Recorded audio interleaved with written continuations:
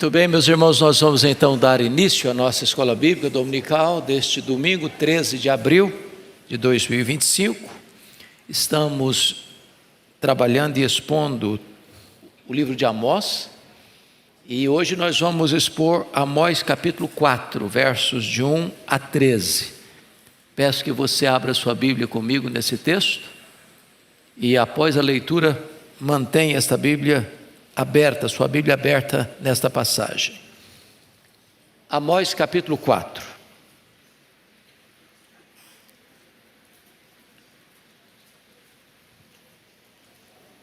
Aqui na minha Bíblia está na página 786. Não sei se isso ajuda aí para você. Os profetas menores às vezes ficam escondidos nas páginas da Bíblia, né? Amós capítulo 4.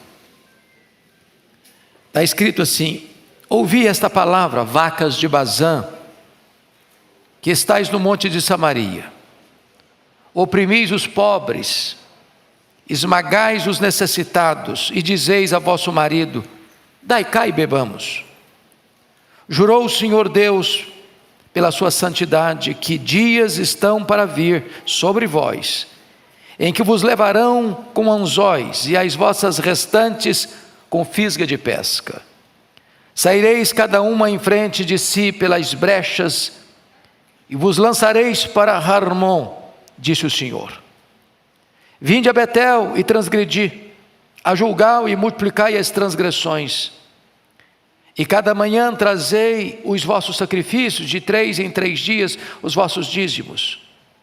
E ofereceis sacrifício de louvores do que é levedado, e apregoai ofertas voluntárias e publicai-as, porque disso gostais, ó filhos de Israel, disse o Senhor Deus.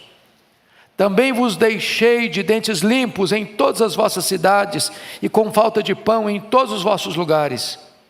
Contudo não vos convertestes a mim, disse o Senhor.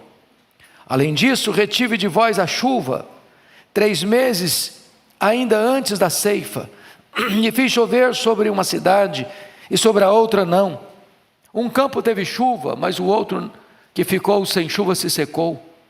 Andaram 2 ou 3 cidades, indo a outra cidade para beberem água, mas não se saciaram.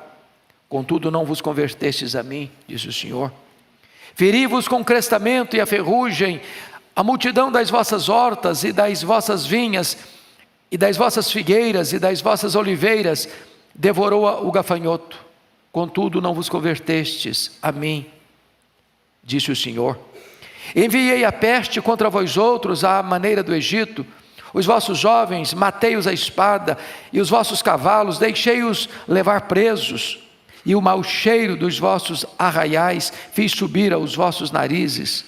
Contudo não vos convertestes a mim, disse o Senhor. Subverti alguns dentre vós, como Deus subverteu a Sodoma e Gomorra, e vós fostes como um tição arrebatado da fogueira. Contudo, não vos convertestes a mim, disse o Senhor. Portanto, assim te farei, ó Israel, e porque isso te farei, prepara-te, ó Israel, para te encontrares com o teu Deus. Porque é Ele quem forma os montes e cria o vento, e declara ao homem qual é o seu pensamento, e faz da manhã trevas, e pisos altos da terra. Senhor, Deus dos exércitos, é o seu nome. Você pode ler comigo o verso 12, todos são a sua voz, vamos juntos? Portanto, assim te farei, ó Israel, e porque isso te farei, prepara-te, ó Israel, para te encontrares com o teu Deus. O povo de Deus diante do tribunal de Deus é o nosso tema para esta manhã. Era o dia 31 de outubro de 1996. O aeroporto de Congonhas estava tão lotado como sempre esteve. Era um voo da TAM, voo 402, com destino ao Rio de Janeiro. Aos arredores o movimento era o mesmo. famílias se levantavam cedo para levar filhos à escola, outros para permanecer em casa, alguns já saíam para o trabalho. Era o voo das 8h30. Ali estavam médicos, professores, advogados, comerciantes, donas de casa, estudantes. Quando os alto-falantes anunciaram, última chamada, e então os últimos passageiros entram pelo portão, entram naquela aeronave da TAM, um Fokker 100, as portas se fecham, o comandante dá as últimas notícias sobre o voo, está tudo bem. E então, o comissário de bordo dá as instruções de segurança do voo, enquanto todos estão lendo alguma coisa, ninguém prestando atenção nessas informações. Era um voo rápido, 40 minutos. E então, a aeronave vai para a cabeceira da pista e decola. 2 minutos depois, essa aeronave já tinha perdido o controle e tinha caído sobre as casas próximas a Congonhas, virado uma bola de fogo, e os corpos carbonizados. Aquele não era um voo para o Rio de Janeiro, aquele era um voo para a eternidade. Não sabemos se aquelas pessoas estavam preparadas para pousarem na eternidade. Mas você e eu ainda estamos aqui. E a palavra de Deus para você é esta: prepara-te para te encontrares com o teu Deus. Esse texto é um alerta, é um grito no megafone de Deus aos ouvidos da nossa alma: prepara-te para te encontrares com o teu Deus. Amós, que era um agricultor, colhedor de sicômoros, que cuidava de ovelhas, era um boieiro, é arrancado da sua terra, lá em Tecoa, próximo de Jerusalém, para ser profeta lá nas 10 tribos do norte. No tempo mais áureo, política e economicamente falando. Estava governando em Samaria o rei Jeroboão II. Ele governou 41 anos em Samaria. No seu governo havia prosperidade e havia paz nas fronteiras. Era um tempo de muita riqueza. E Amós é levantado por Deus para denunciar com voz firme os pecados do reino do norte, do reino de Israel. Dentre esses tantos pecados, no capítulo 4 ele destaca 3.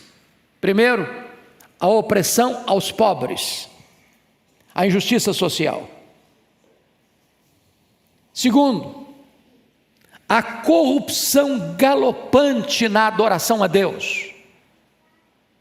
A religião existia, havia muitos frequentadores, mas tudo o que acontecia ali não estava mais afinado com a palavra de Deus. Era uma religião idólatra e humanista, centrada no homem, não em Deus.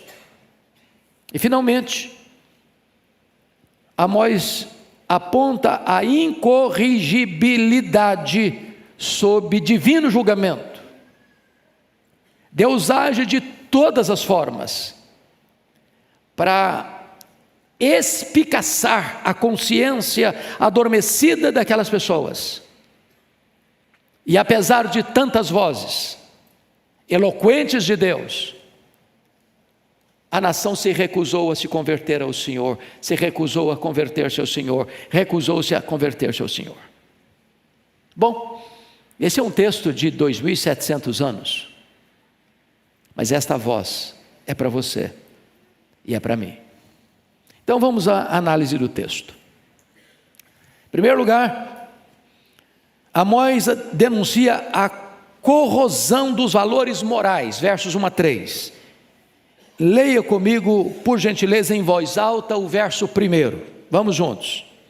Ouvi esta palavra, vacas de Bazã, que estais no monte de Samaria, oprimis os pobres, esmagais os necessitados, e dizeis a vosso marido: dai cá e bebamos. A primeira coisa é que a gente fica escandalizado com Amós, não é verdade? Se um pregador hoje se dirigisse às mulheres da elite econômica, chamando-as de vacas de Bazã, talvez ele fosse denunciado no mesmo dia ao Ministério Público e o destino dele fosse a cadeia.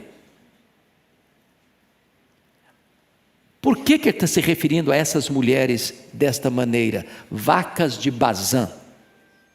Bom, Bazã era uma região a leste do Rio Jordão, próximo das montanhas de Gileade. Bazã era a região de pastos verdes, luxuriantes, onde se cultivava reses belas, pesadas, preparadas para o abate, com a melhor carne. Ao chamar essas mulheres da elite de vacas de Bazã, o que Amós quer dizer? Ele está mostrando que essas mulheres só se preocupavam com o corpo, com a aparência, com a sensualidade e com o prazer. Essas mulheres da elite exploradora e opressora viviam apenas para a satisfação do corpo. Não tinham qualquer preocupação com as coisas espirituais. Viviam para um luxo, para os ditames da carne, para agradar apenas ao sensório, sem qualquer preocupação com as coisas de Deus. Em outras palavras, é como se essas mulheres estivessem num processo de engorda para o abate. É duro demais essa palavra, eu preciso reconhecer. Culto ao corpo é o que estava acontecendo lá. E eu pergunto a vocês se a nossa geração não caminha também, de certo modo, para essa mesma linha, culto ao corpo.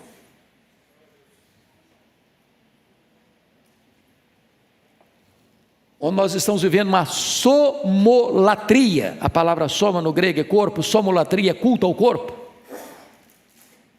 Segundo, essas mulheres buscavam desenfreadamente o prazer. Veja o verso 1, quando elas dizem para o marido assim: dai cá e bebamos. Preste atenção nisso. Dai cá de onde? De tirar do pobre, de explorar o pobre. Lembram que as cortes tinham lado? E eles vendiam, os juízes vendiam as sentenças por dinheiro para os ricos explorarem mais os pobres. E as mulheres desses ricos estão dizendo para os maridos assim: dai cá e bebamos. Nós queremos nos entregar à bebedeira, aos excessos em festas caras e requintadas, onde tudo girava em torno do prazer. Vinhos caríssimos, que era arrancado como que tirar o pão da boca do pobre. É claro, irmãos, que quem tem dinheiro, se ganhou dinheiro de maneira honesta, se o dinheiro que caiu na conta é dinheiro limpo, se a riqueza foi granjeada com um trabalho honrado, com a bênção do Eterno, elas podem até, se não tiver drama de consciência, pagar, como se conhece e se sabe aqui no Brasil, um jantar, uma garrafa de 20 mil reais, uma garrafa de vinho. Certamente é uma afronta ao próximo. Mas tem gente que faz isso. O problema aqui não é dai cá e bebamos. O problema é de onde estava vindo essa grana. De onde esse dinheiro tinha sido arrancado. Quem estava sendo explorado para viver na miséria, enquanto esses ricos estão bebendo às soltas, sem limites, no prazer total, vivendo ociosamente para beber. E essas mulheres dizendo aos seus maridos: dai cá e bebamos, explore mais, tire mais deles, nós não podemos parar a festa tem que continuar. Então é a busca desenfreada pelo prazer. Mas em terceiro lugar, é uma ganância insaciável, aliada à opressão aos pobres. Volte os olhos ao verso 1. Oprimis os pobres e esmagais os necessitados. A palavra é dura. Oprimir e esmagar é muito duro. Quem está oprimindo o pobre? Quem está esmagando o necessitado? As mulheres. As vacas de Bazã. E por que elas estão oprimindo o pobre e elas estão esmagando os necessitados? Porque essas mulheres, elas estão induzindo seu marido respectivo a comprar sentenças dos juízes corruptos. Elas estão induzindo seu marido a tirar de quem não tem, para que elas tenham tudo para o prazer. E às vezes, meus irmãos, a gente fica imaginando que Deus é o Deus da igreja, é o Deus do templo, é o Deus do santuário, é o Deus das coisas espirituais, que Deus não vê, que Deus não se importa, que Deus não tem nada a ver com o que acontece nas cortes corruptas, nos parlamentos corruptos, nos governos corruptos, na sociedade corrupta, no comércio corrupto, na indústria corrupta, na exploração da corrupção. E Deus é o reto juiz que vê tudo, se importa com todas essas coisas.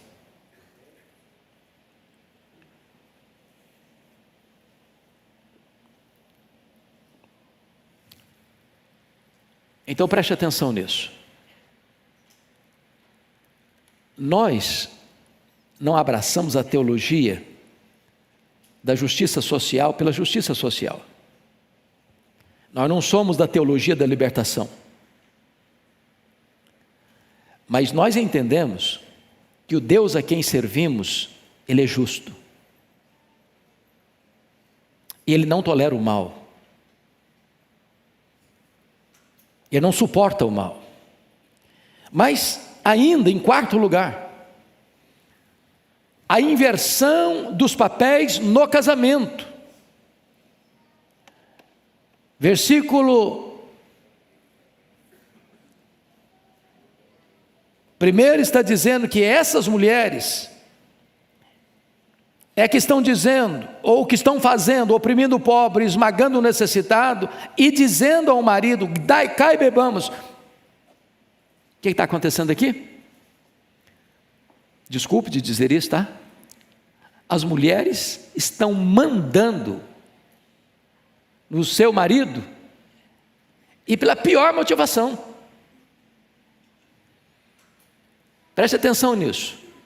As mulheres, historicamente, foram sempre as guardiãs dos valores morais. Ora, quando as mulheres se corrompem, é porque a sociedade já foi para o fundo do poço. Essas mulheres não estão dizendo para o marido assim: olha, marido, pega leve, vocês estão fazendo injustiça, coitado do fulano. Ele precisa sustentar a família dele. Que isso, marido? Para com essa avareza. Nós já temos o suficiente. Para que tomar do que é pobre? Para que fazer injustiça para que a gente se enriqueça mais? Não faça isso. Não, são essas mulheres que estão mandando no marido. O marido está tendo uma agenda de opressão, porque por trás do marido tem uma mulher que está instigando ao mal. E é por isso que Amós, que era um boiadeiro, que entendia muito bem das reses, do que era esse negócio, não encontra um outro adjetivo para chamar essas matronas de vacas de Bazã. Quinto lugar, o justo juízo de Deus sobre o pecado, versos 2 e 3. Agora leia o verso 2 comigo. Jurou o Senhor Deus pela sua santidade, que dias estão por vir sobre vós, em que vos levarão com anzóis e as vossas restantes com fisga de pesca.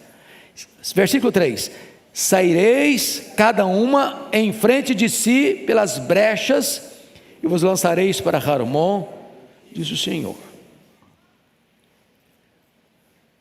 Quando o Senhor Deus jura, Ele não tem ninguém maior que Ele a quem apelar para jurar. Então Deus jura pelo atributo que é a essência dele. E qual é a essência do ser de Deus? Ele é santo, santo, santo. Você nunca vai encontrar na Bíblia Deus é amor, amor, amor. Você nunca vai encontrar na Bíblia Deus é justo, justo, justo. Você vai encontrar na Bíblia que Deus é santo, santo, santo. Quando você diz santo, você define. Quando você diz santo, santo, você enfatiza. Quando você diz santo, santo, santo, você coloca em grau superlativo. Essa é a essência de Deus, Ele é santo. Então Deus está jurando pela sua própria essência que Ele vai fazer algo. E o que Ele vai fazer? Ele vai trazer dias. Não apenas dias, mas dias estão para vir sobre vós. E o que vai acontecer? Quando esse dia chegar, vos levarão como anzóis e as restantes com fisgas de pesca. O que ele está falando aqui?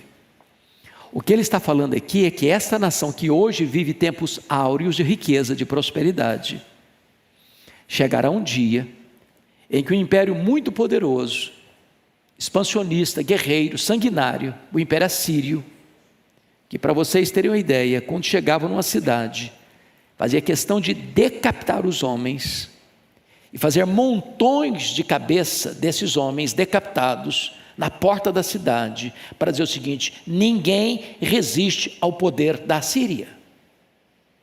Foi este o argumento que Senaqueribe usou para ameaçar Jerusalém e dizer ao rei Ezequias: renda-se, porque Deus nenhum pode livrar você da minha mão, ninguém pode resistir ao poder da Síria.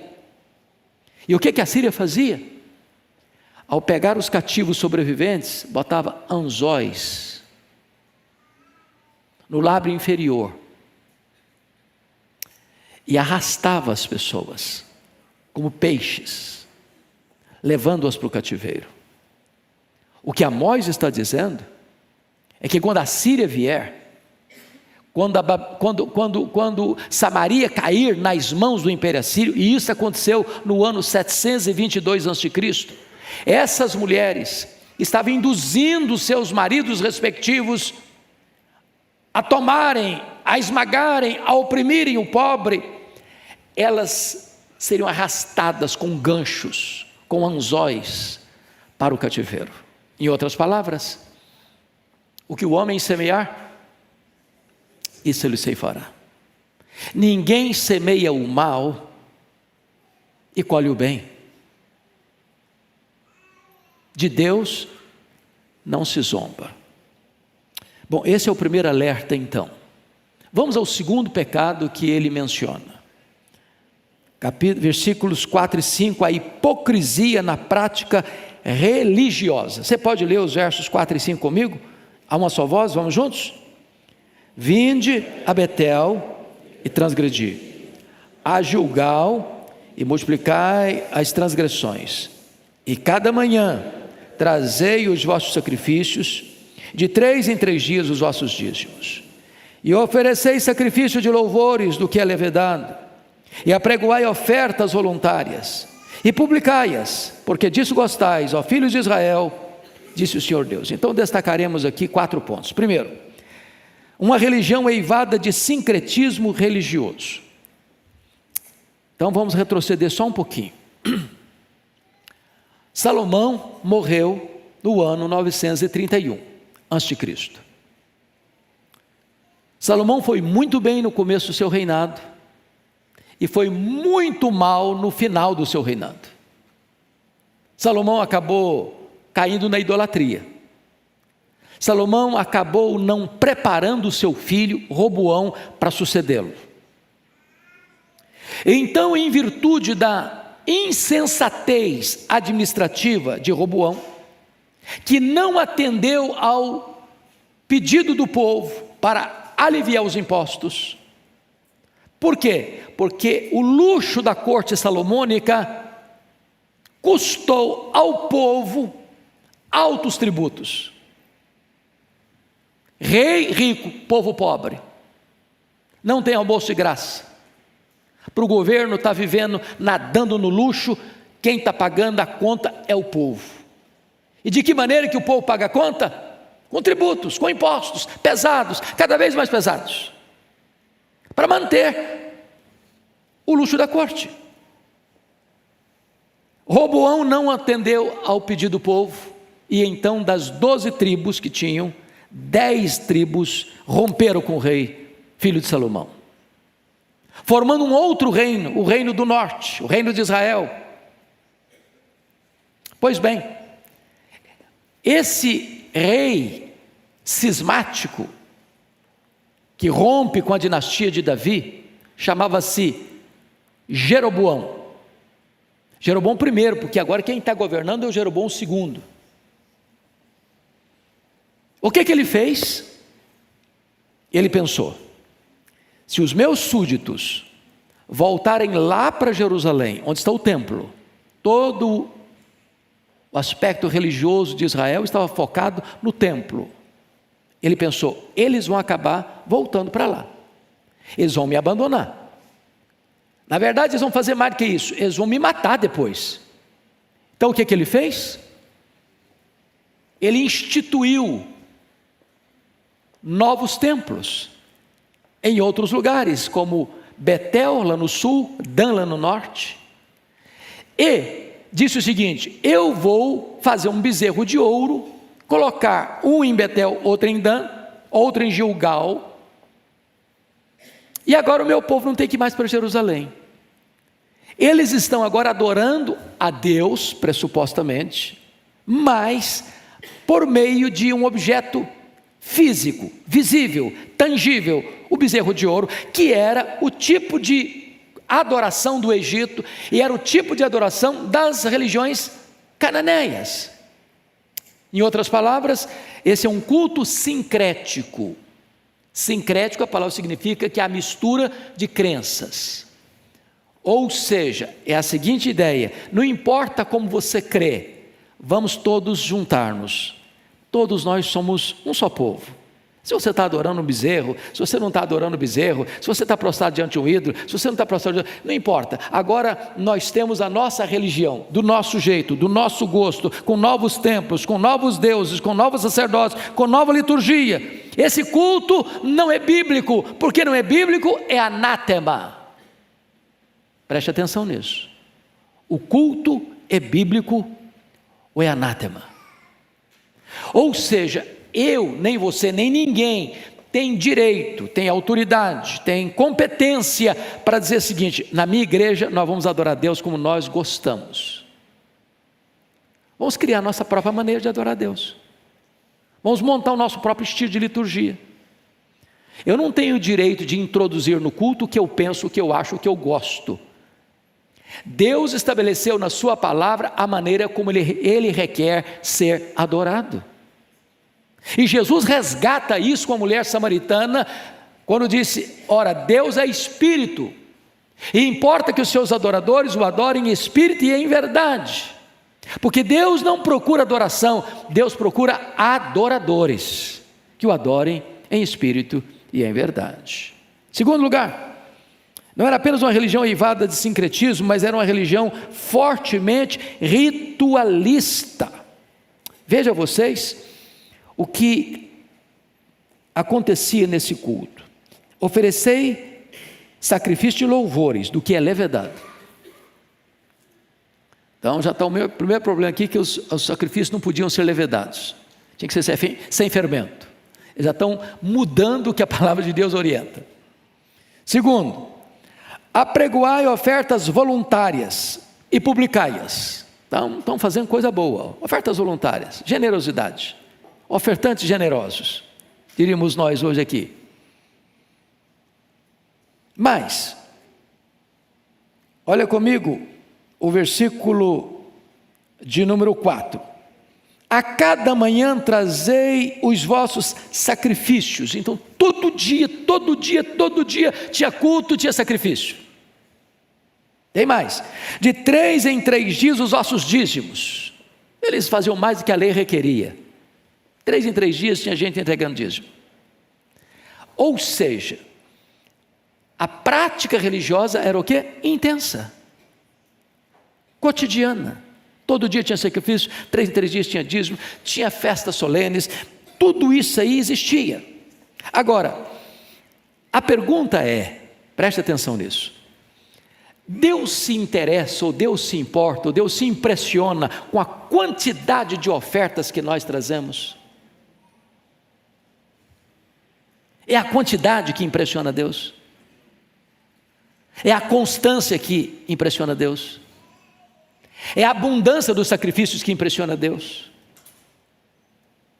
Por que Deus não está aceitando tudo isso que estão fazendo?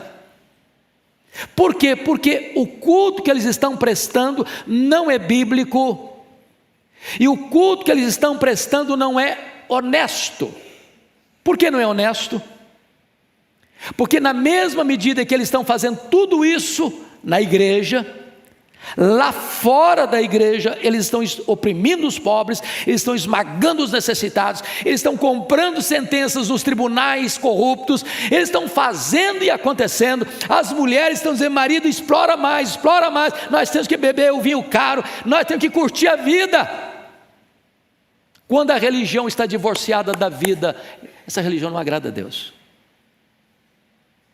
Não importa quão abundante ela seja.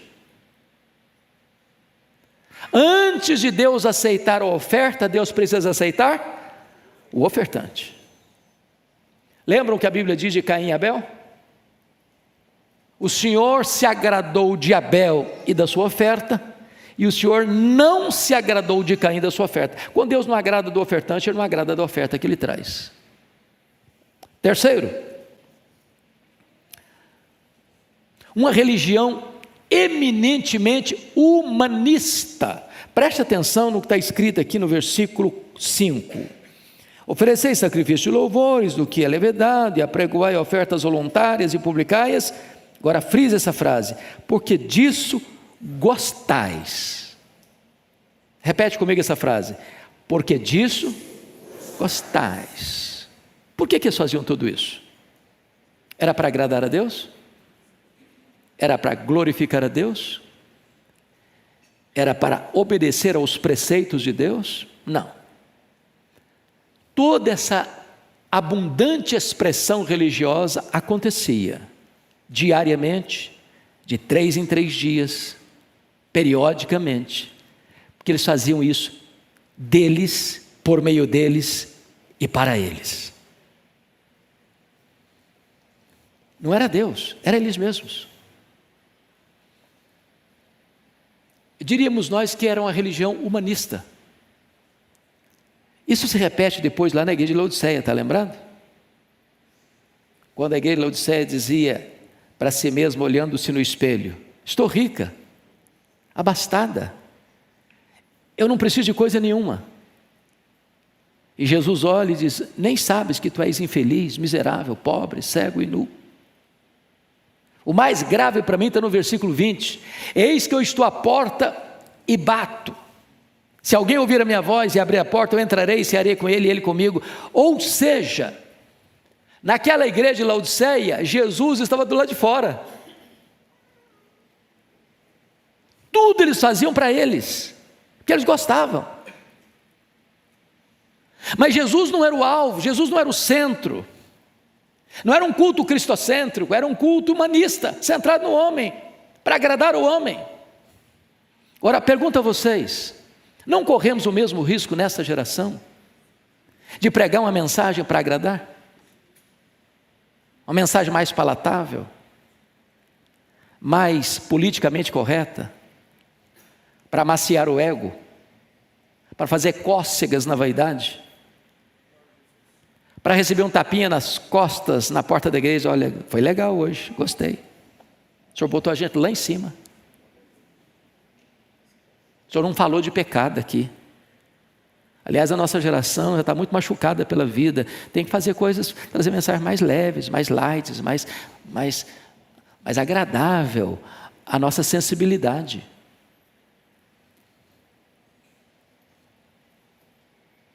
Corremos o mesmo risco de fazer, não porque isso está honrando a Deus, mas fazer porque nós gostamos. É desse jeito que nós gostamos. Estamos cultuando a nós mesmos. Colocamos-nos num pedestal e queremos que a glória seja nossa. Amós se insurge contra isso. Mas, quarto lugar, uma religião debaixo do desgosto e da reprovação de Deus. Irmãos, é fortíssimo a linguagem de zombaria e ironia do profeta Amós. Versículo 4, repete comigo a leitura, verso 4, vamos juntos. Vinde a Betel e transgredi, a Gilgal e multiplicai as transgressões, cada manhã trazei os vossos sacrifícios, de 3 dias os vossos dízimos, de 3 em 3 dias os vossos dízimos. Quando ele diz vinde a Betel e transgredi, a Gilgal e multiplicar as vossas transgressões, está sendo irônico. Ele está zombando desses adoradores. Ele está dizendo o seguinte: olha, vocês estão vindo para Betel com os seus sacrifícios, com as suas ofertas, com as suas oferendas, com as suas festas, mas quanto mais vocês vêm, mais vocês pecam. Vocês estão vindo a Gilgal, e quanto mais vocês chegam em Gilgal, mais vocês multiplicam as transgressões de vocês. Porque vocês não estão fazendo de acordo com o que Deus orienta, vocês não estão fazendo com as motivações adequadas, vocês estão fazendo isso não porque tudo está centrado em Deus, mas em vocês mesmos. Agora, preste atenção nisso aqui. Quando você fala Betel na Bíblia, o que vem à sua cabeça? Qual a primeira imagem que vem na sua cabeça quando você fala em Betel? Qual a figura mais expressiva da Bíblia que está ligada a Betel? É o Abraão, e principalmente quem? Jacó. Lembram disso? Quando ele está saindo de casa aos 77 anos de idade, enganou o pai, traiu o irmão, está cansado da viagem, bota um travesseiro de pedra, deita, dorme, e ele tem uma visão de uma escada que liga a terra ao céu, e os anjos sobem e descem, porque os anjos já estavam na terra, não lá em cima. E quando ele acorda, ele declara e chama aquele lugar de Betel, casa de Deus, porta do céu. Mais tarde, 20 anos depois, quando ele retorna de Padã Arã, tem a conversão aos 97 anos no Val de Jaboque, Deus fala para ele: você vai para Betel. E ele não foi para Betel, ele foi para Siquém. Ele armou suas tendas para o lado de Siquém, na contramão da vontade de Deus, e ali em Siquém ele teve um grave problema, porque a sua filha única, Diná, foi desonrada pelo príncipe da terra. E os irmãos de Diná tramaram contra a família do príncipe, traíram a família do príncipe, dizendo: não, você está achando o quê, camarada? Será que nós vamos dar a nossa irmã por um camarada incircunciso? Para um povo incircunciso? A circuncisão era o selo da aliança de Deus, que tornava uma pessoa povo de Deus de forma simbólica. Se vocês se circuncidarem, todos vocês, tá bom, a gente até admite e até permite que Diná se case com o príncipe. Todo mundo se circuncidou. Quando está todo mundo com as dores mais intensas da cirurgia, que devia não ser tão cuidadosa como hoje, os 2 irmãos de Diná, Levi e Simeão, entra lá e mata a espada. O cara, a família dele, todos os homens da cidade. Uma chacina, um banho de sangue. Jacó ficou desesperado. Eles vão nos matar agora. Nossa família vai ser dizimada agora. E Deus então disse para Jacó: suba para Betel. Agora, limpe as mãos de vocês, estão cheias de sangue. Tire as roupas sujas de vocês, suba para Betel. E quando ele subiu para Betel, Deus pôs um terror nas nações vizinhas. E ali ele levanta um altar, e deu o nome no altar de El Betel, o Deus da casa de Deus. Betel é lugar de salvação, Betel é lugar de restauração. O que aconteceu agora? O rei Jeroboão I pega Betel, casa de Deus, e transforma Betel num centro de culto pagão, idólatra. Tem um bezerro de ouro lá. E o profeta está dizendo: vinde a Betel e transgredi. Quanto mais vocês vêm, quanto mais vocês adoram nesse templo, mais vocês pecam. Presta atenção nisso, irmãos. O que está faltando lá, estava faltando lá, está faltando aqui, não é religião. Tem muito no Brasil, tem muito. Eu li um livro há poucos dias, de um sociólogo brasileiro, e ele fez uma pesquisa e descobriu que no Brasil tem mais de 104 mil CNPJs de igreja. Sabe o que é isso? Mais de 104 mil CNPJs de igreja. Tem igreja em todo canto, em todo quintal, em toda esquina. O Brasil é um país religioso. Mais de 30% das nossas cidades tem nome de santos da tradição cristã. São Paulo, por exemplo. Você vai na cidade do Rio de Janeiro, você não vê um Buda lá no monte, você vê um Cristo.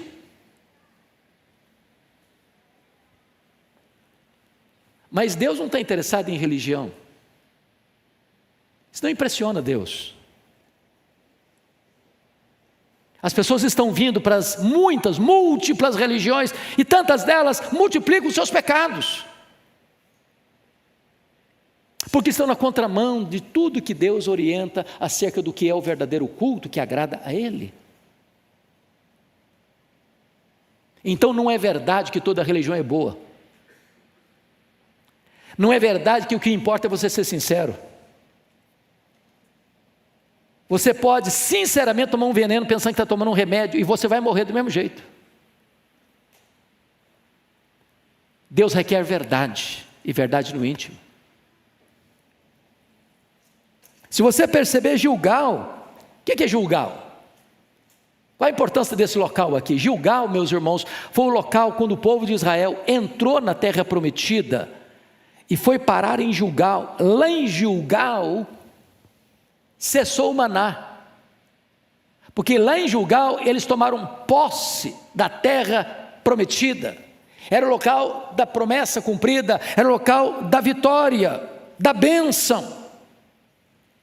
Mas o que está acontecendo? Eles estão vindo a Gilgal e não voltando com a vitória, e não voltando com a bênção. Eles estão vindo a Gilgal e colhendo derrotas e voltando vazios. Por quê? Porque toda a religiosidade deles estava debaixo do desgosto de Deus. Vamos ao terceiro ponto da mensagem. A obstinação diante da disciplina de Deus. E eu chamo a sua atenção para o contínuo chamado de Deus ao arrependimento. Então, por favor, confira aí comigo, a partir do verso 6, as expressões que Deus vai usar. Primeiro, verso 6. Também vos deixei de dentes limpos em todas as vossas cidades. Isso significa fome. Dente limpo é fome. Segundo, olhem comigo, e ele define mais isso, com falta de pão em todos os vossos lugares. Versículo 7, além disso retive de vós a chuva, ou seja, a seca. Olha o versículo 9. Feri-vos com crestamento e ferrugem, a multidão das vossas hortas, das vossas vinhas, e das vossas figueiras, e das vossas oliveiras, devorou o gafanhoto, ou seja, a destruição das colheitas. Ora, versículo 10, parte A. Enviei a peste contra vós outros, à maneira do Egito, ou seja, a enfermidade. Versículo 10, parte B. Os vossos jovens matei-os à espada, os vossos cavalos deixei-os levar, ou seja, a guerra. Versículo 11. Subverti alguns dentre vós, como Deus subverteu Sodoma e Gomorra, ou seja, a catástrofe. Agora, preste muita atenção aqui. Amós não seria de forma nenhuma aceito na sociedade contemporânea com a sensibilidade tão à flor da pele. Amós jamais poderia ser aplaudido pela nossa sociedade humanista. Amós não passaria no teste na descrição de Deus, porque quem está trazendo todos esses juízos é Deus. É claro que Deus está usando instrumentos humanos para exercer o juízo. A pergunta é, por que é que Deus está trazendo a fome? Por que é que Deus está trazendo a seca? Por que é que Deus está trazendo a destruição das colheitas? Por que é que Deus está trazendo a enfermidade? Por que é que Deus está trazendo a guerra? Por que é que Deus está trazendo a catástrofe? Por quê? Porque o povo não quis ouvir Deus num chamado de graça e amor. Então, quando o homem não escuta a voz de Deus, ele vai ter que escutar o estalido do chicote de Deus. Porém, até mesmo o estalido do chicote de Deus ainda é uma expressão da graça de Deus. Porque Deus está dizendo o seguinte: eu vou disciplinar você para você não ir para o inferno. Eu vou usar uma medida amarga, eu vou usar uma medida radical com você para que você não pereça. Bendito seja Deus pela sua disciplina,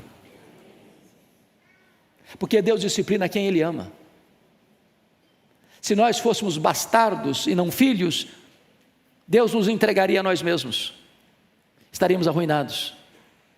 Então, se Deus está pegando pesado com você, não reclame não, é porque Ele ama você. Deus disse para a igreja de Laodiceia: eu repreendo e disciplino a quantos amo, sê pois zeloso e arrepende-te. Bom, mas você vai ver agora comigo, diante da contínua manifestação da disciplina de Deus, a contínua obstinação do povo. Qual é a frase que aparece aí como estribilho? No verso 6, contudo não vos convertestes a mim, disse o Senhor. Versículo 8, contudo não vos convertestes a mim, disse o Senhor. Versículo 9, contudo não vos convertestes a mim, disse o Senhor. Versículo 10, contudo não vos convertestes a mim, disse o Senhor. Versículo 11, contudo não vos convertestes a mim, disse o Senhor. O que você está vendo? Esse estribilho repetido e repetido e repetido. Apesar da dose amarga e da medida radical de Deus, o povo obstinadamente não quis ouvir a voz de Deus. Põe na tela para mim, se você puder, filho, Provérbios 29, versículo 1. Vamos ler esse versículo. Provérbios 29, verso 1. Vamos ler juntos? O homem repreendido endurece a cerviz, será quebrado de repente, sem que haja cura. Está aí o alerta de Deus. Então vamos ao último ponto da mensagem. Ficamos atentos então que eles se recusam a crer que suas punições tinham relação com o seu pecado. E eles são uma demonstração para nós que o sofrimento por si mesmo não pode levar o pecador ao arrependimento. Preste muita atenção nisso. É muito comum você escutar o seguinte adágio popular: quem não vem, quem completa para mim? Quem não vem pelo amor, vem pela dor. Esse adágio não é verdadeiro. Preste atenção nisso. O que leva o homem a Deus, o que traz o homem de volta para Deus, não é a dor, é a graça. Porque a dor sem a graça endurece ainda mais. Está escrito lá em Apocalipse 16, que diante dos flagelos que Deus trouxe, as pessoas rilhavam os dentes de ira contra Deus. É a reação da mulher de Jó: amaldiçoa esse teu Deus e morre. Se a graça de Deus não operar em nós, irmãos, podemos sofrer o máximo, e ainda assim o nosso coração não se quebra.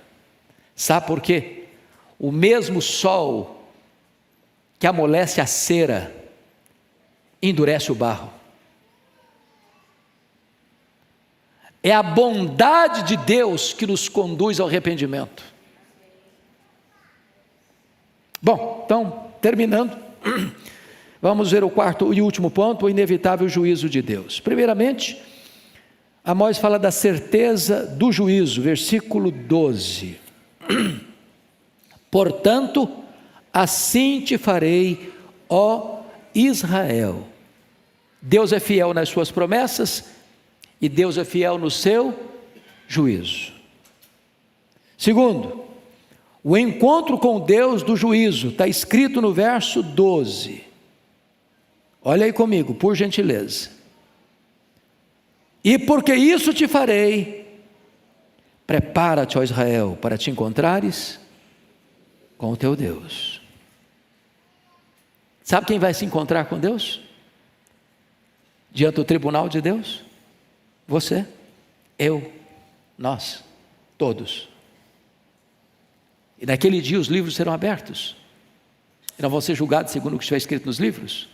Daremos conta das nossas palavras, das nossas obras, das nossas omissões, dos nossos pensamentos.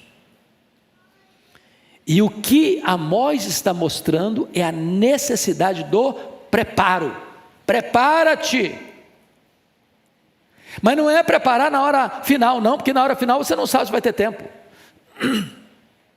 Lembra que Jesus contou do camarada que fez uma colheita abundante, derrubou os celeiros ruins que tinha, construiu novos celeiros, ajuntou muita coisa, e disse: agora, ó minha alma, come, bebe, regala-te por longos anos. E ele escutou aquela mesma noite alguém dizendo: louco, esta noite pediram a tua alma, e o que tens preparado para quem será?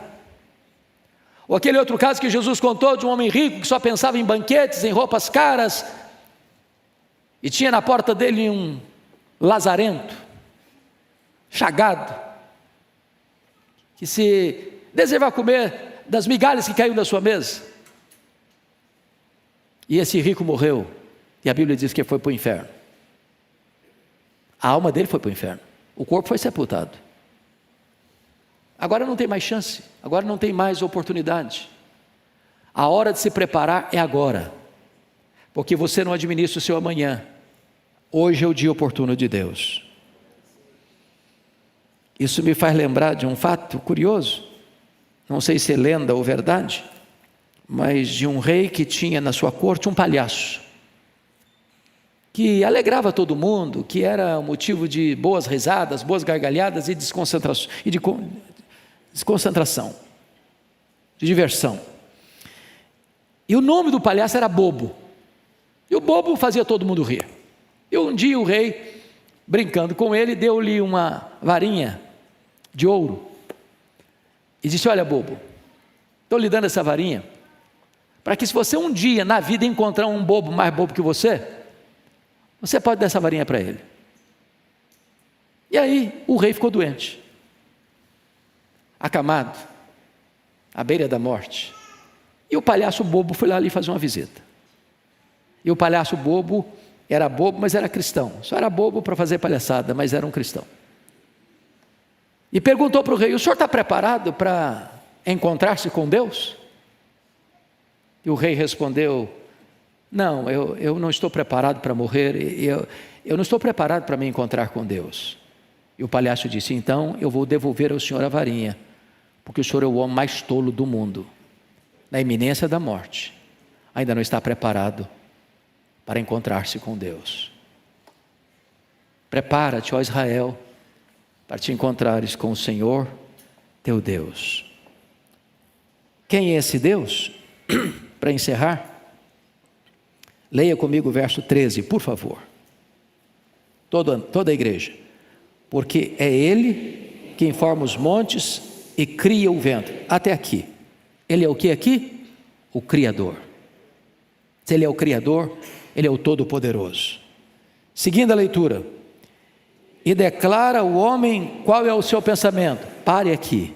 Ele é capaz de conhecer até o que não está revelado. Conhecer o oculto. Conhecer o que você pensa. Ele é onisciente. Seguindo a leitura. E faz da manhã trevas. Até aqui. O que acontece aqui? Ele tem um poder transformador. Transformador. Veja você que ele pega a claridade e transforma a claridade em escuridão. Ele pode mudar o cenário e ele pode mudar o coração do homem. Concluindo a leitura. E pisa os altos da terra. Ou seja, ele tem controle, ele tem domínio, ele tem governo. Quem pisa os altos da terra não são os grandes deste mundo, é o Deus Todo-Poderoso. Mas ele conclui assim: Senhor, Deus dos exércitos, é o seu nome. Quando diz Senhor, é Iavé, é o Deus da aliança. Mas ele, o Deus da aliança, é também o Deus dos exércitos, o Deus que comanda as nações, dirige as nações, que tem poder sobre as nações, que coloca no trono, que faz apiar do trono. Este é o seu nome. É diante desse Deus Todo-Poderoso que você e eu vamos ter que comparecer. Prepara-te, ó Israel, para te encontrares com o teu Deus. Eu sei, irmãos, que um sermão desse a gente sai meio amassado, né? Tem dia que tem melzinho na boca, mas tem dia que Deus dá um remédio mais amargo e a gente tem que aguentar.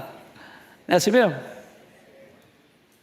Então Amós pega pesado o tempo todo. E a gente tempera isso, né? Um dia tem sobremesa, tem dia que Deus dá uma carne dura para você mastigar. Mas é palavra de Deus. E feliz é aquele que escuta a palavra de Deus, e não apenas escuta, mas a coloca em prática. Vamos ficar em pé e vamos orar.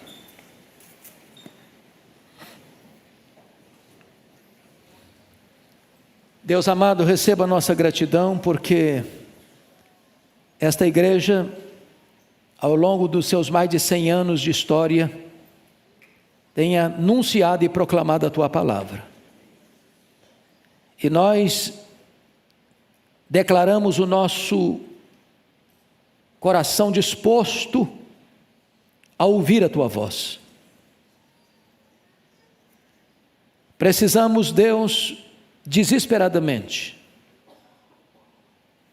olhar para a nossa própria vida e redesenhá-la e reorientá-la todo dia pelo prumo da tua palavra. Sonda o nosso coração nesta manhã e vê se há em nós algum caminho mau. Guia-nos pelo caminho eterno. Não queremos ser daqueles que olham para o outro com o dedo em riste, para apontar os pecados, as mazelas. Queremos confrontar a nós mesmos, examinar a nós mesmos e nos humilhar debaixo da tua poderosa mão. Clamamos a ti, ó Deus, que tu nos dês um coração quebrantado, para jamais nos levantarmos contra a tua palavra, ou resistirmos à tua palavra, ou sermos obstinados em desobedecer a tua palavra. Tem misericórdia de nós, ajuda-nos, socorre-nos, restaura-nos, reaviva-nos para o louvor da tua glória, em nome de Jesus, amém. Deus abençoe, amados, muito obrigado, até daqui a pouco no culto das 11 horas.